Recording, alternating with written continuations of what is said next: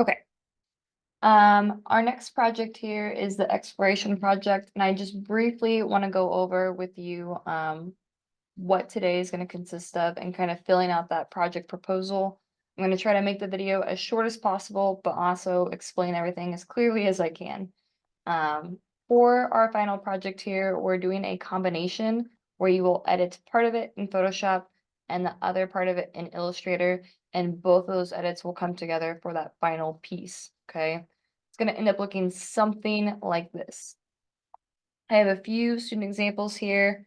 They've done a great job. There are different ways to go about this and different ways to split up your composition, which we'll talk about a little bit later, but I just want to give you an idea of what it's going to look like here. Vocab we'll touch on. We'll talk about splitting up the composition, a little bit about movement, a little bit about balance, a little bit about symbolism, and then a refresher on contrast. The goal of the project here is to create a split composition artwork using both Illustrator and Photoshop, choosing a subject that you want it to be of, and then using your knowledge, skills, and tools that we've learned over the course of the semester to kind of complete the project here. So what we're going to do today is we are going to fill out a project proposal. What is that? It's just you telling me what you want to make and kind of laying it all out. Just writing it out kind of in a document, talking about your timeline, what your goal is, and any other important details. How are you going to do that? You're going to go to Schoology, to our last unit folder here, the exploration folder. The PowerPoint I'm showing you is right up here. Today, we just need to click into this top pink project proposal folder. There is a PDF of it, but you're going to want to click into this assignment that says project proposal. And then once you are in that assignment, you're going to want to download this. So you're going to click, it'll download, and then you can open that up. And it should open up in Word, and it should hopefully look something like this. Okay. I'm going to kind of fill this out with you step by step, so feel free to kind of pause as we go over each part of the project proposal. It is broken up into numbers here. Exit out of that. So we're going to start with number 1 and move all the way down to number 5 in this video.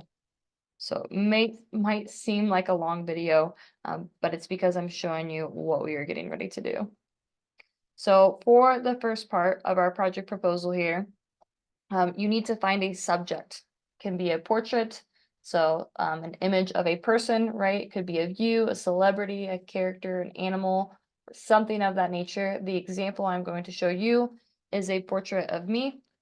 You could also pick out an object, so a food, a game, a plant, or something else, okay? But you need to find 2 photos that are oriented the same way. So if your photos are, or if one of them is portrait, you want to find another one that's portrait. If one of them is landscape, you want to find another one that's landscape. So you want both of them to match. Both of my image here are portrait, right? They're both long ways going up vertically. If you don't do that, you're going to have a harder time editing your photos and kind of lining them up. So pause this video, think about what you want your subject to be, and then come back, and then you're going to plop it in to your Word document here for number 1. If you have your photos and you've hit play on this, you can kind of watch me plop my images in there. I'm just going to screen grab to fill this out, and I'm going to drop those images right into there. Paste and delete that out. And I need my other one. This guy. You need to be putting your images in a folder for this project. I don't have these images anymore with me handy to put into a folder, but to make a folder, remember that you can go to your File Explorer down here, that little cute yellow folder. You need to go into your OneDrive, into Digital Design. To make a new folder, let me kind of minimize this. You're going to go to Home, New Folder, and then you need to name it. I'm going to name it Exploration Project. And any image I would want to use for the project, I'm going to save it into this folder. So if I was on Google looking up portrait of Frank Ocean, and I found an image that I wanted to use of him for the project, let's say this one for time's sake, then I would right click on it, save image as, and then save it to that folder in my OneDrive in the digital design folder into my exploration project. Save. So please make sure you are saving all of your photos. Once you figure out what you want your subject to be and you found two photos that are oriented the same way and you've plopped them into here, I want you to tell me which orientation you're using. I am using portrait, so I'm just going to delete that out. Then I want you to think about which photo you want to edit and which software. So one's going to be Illustrator and one's going to be Photoshop. I want to do the one on the left here for Photoshop. So I'm going to put left, and the one on the right here for Illustrator. So I'm going to put that for the right.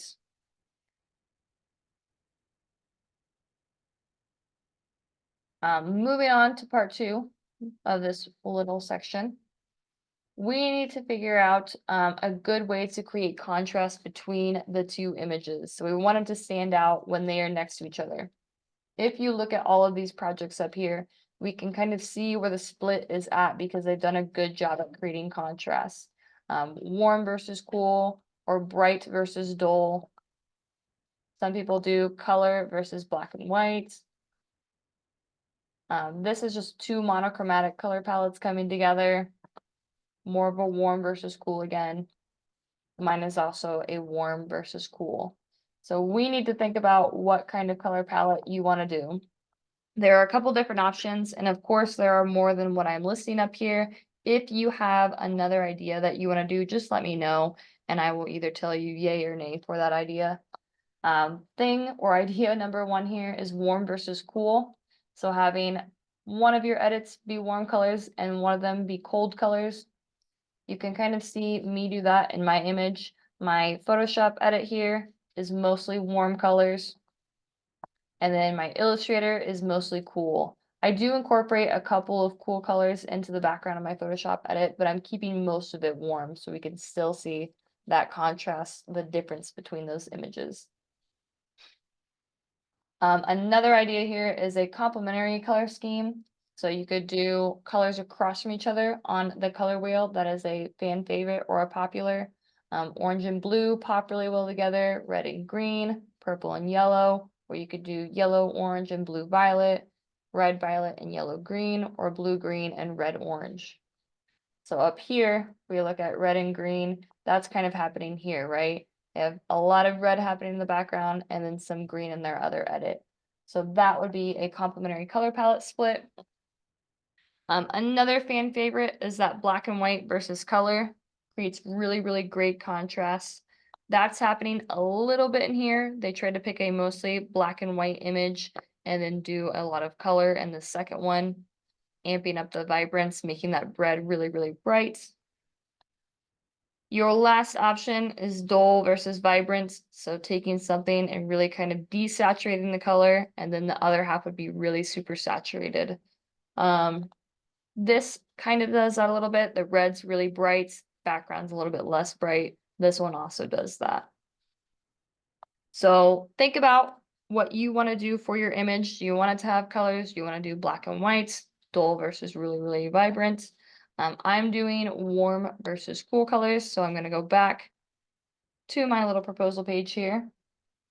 And if you want to pause and fill yours out, you can. And I'm going to say I'm doing warm versus cool. Then I want you to tell me here which is going to be which. Is the Illustrator going to be the warm and the Photoshop going to be cool, or vice versa? Or if you're doing complementary, is Illustrator going to be mostly red and Photoshop going to be mostly green? If you're doing black and white versus color, which one's black and white, which one's color? Same thing for vibrant and dull. So for my warm versus cool here, in my Photoshop edit is mostly warm. My Illustrator is mostly cool. So I'm going to write that in here. Illustrator is my cool colors. Photoshop warm colors.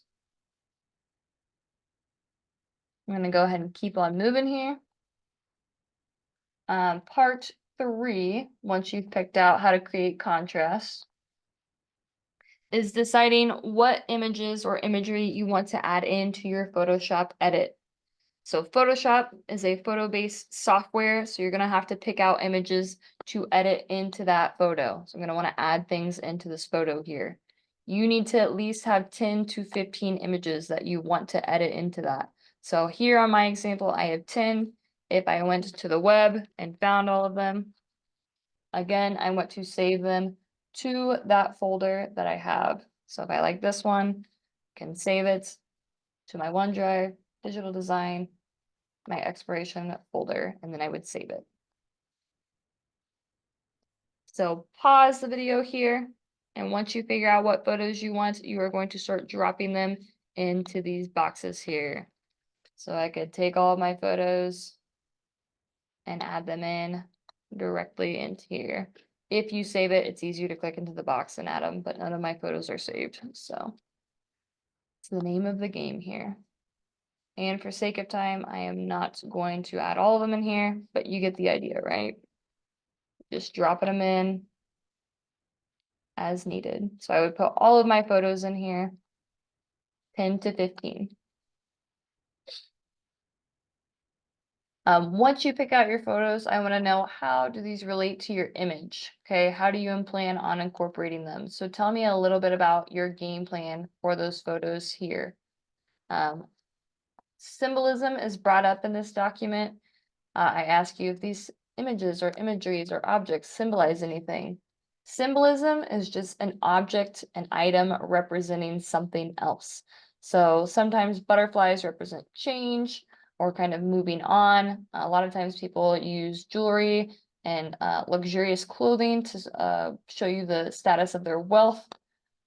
If you want to show off that you're scholarly, you could throw some books in there, or instruments usually kind of are related back to that.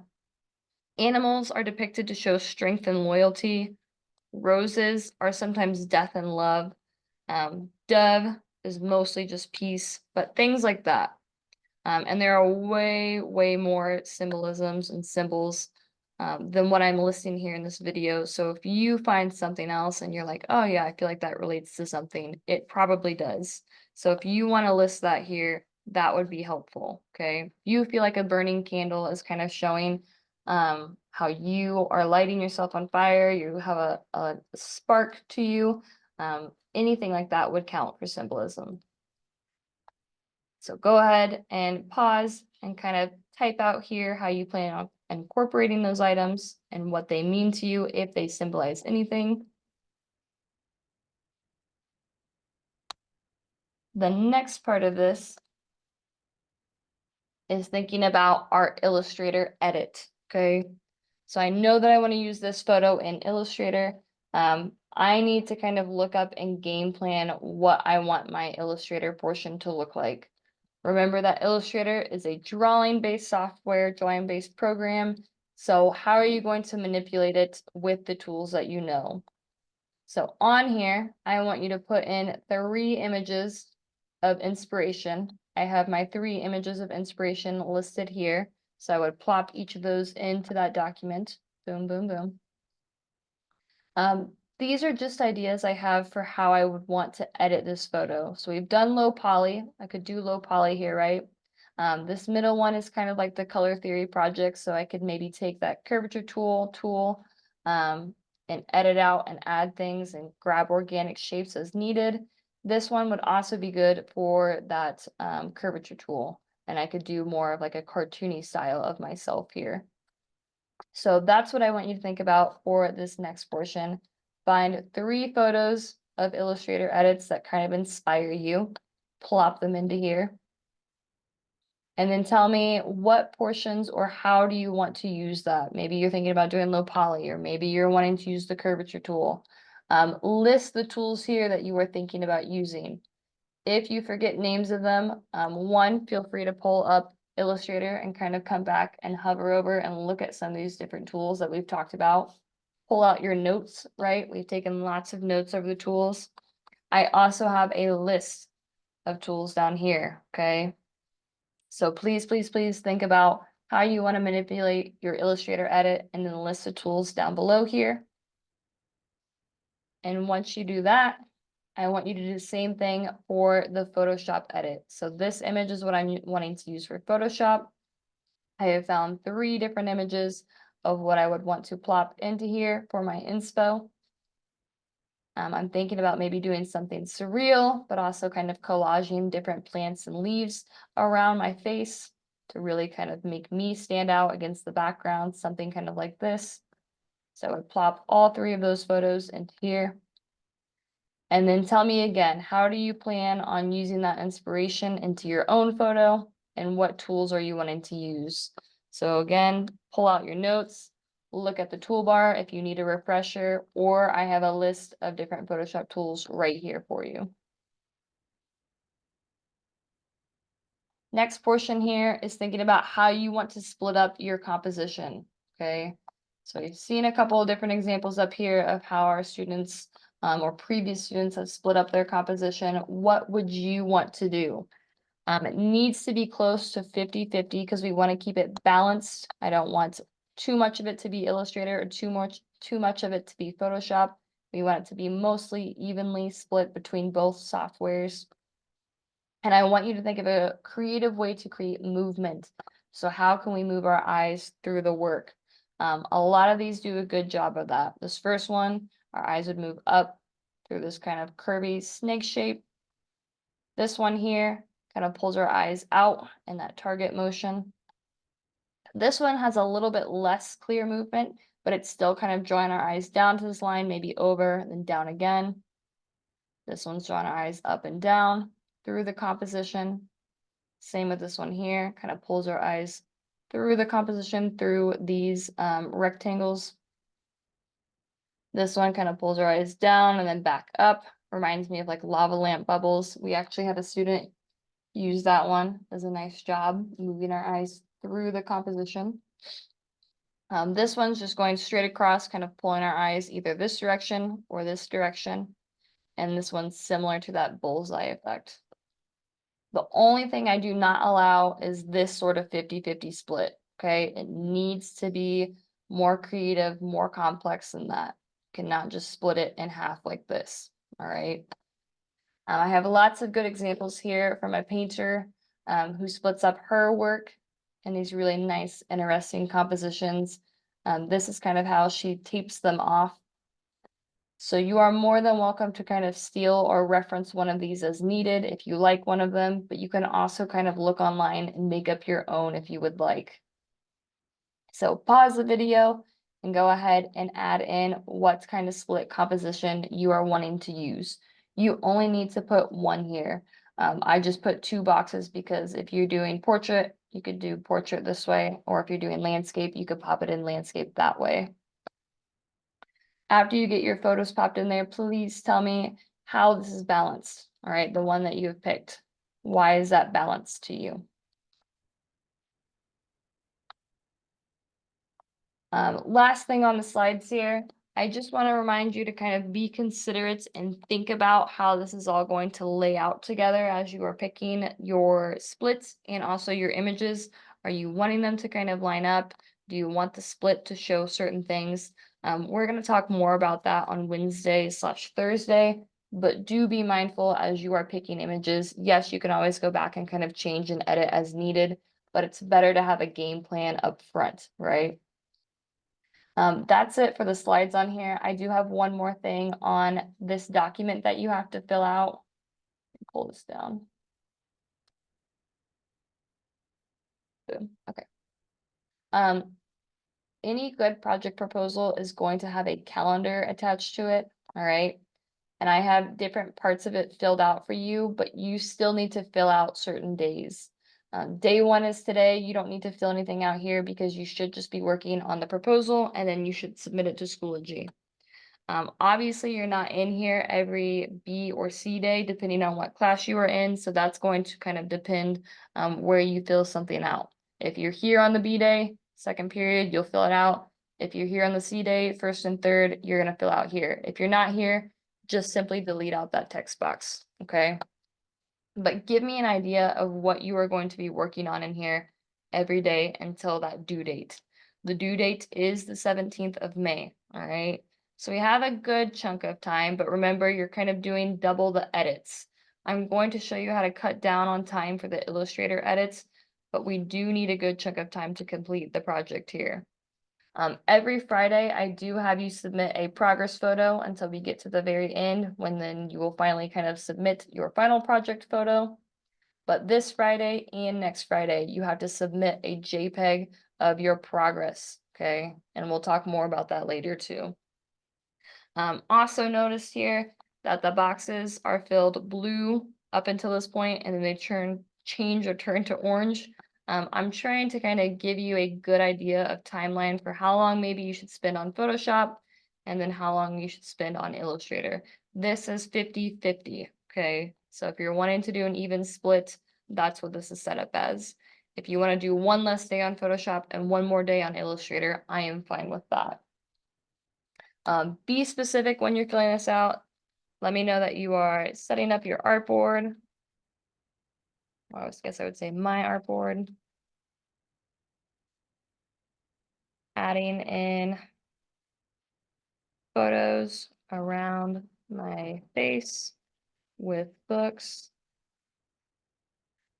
and plants. And just let me know every day, okay? Kind of what your game plan is, what you plan on doing. Maybe this day you're planning on changing the colors and hopefully moving on to Illustrator. Okay. Anything else helpful I can tell you? When we get ready to start on Photoshop, we'll talk more about this, but this is kind of give you an idea of where we're heading and how you could potentially edit something with those photos you saved. Where are they at? Right here. So these are my photos I saved. Here's the edit I made. Okay. Fill out your project proposal, submit it here by the end of class, and I will see you again on Wednesday/Thursday.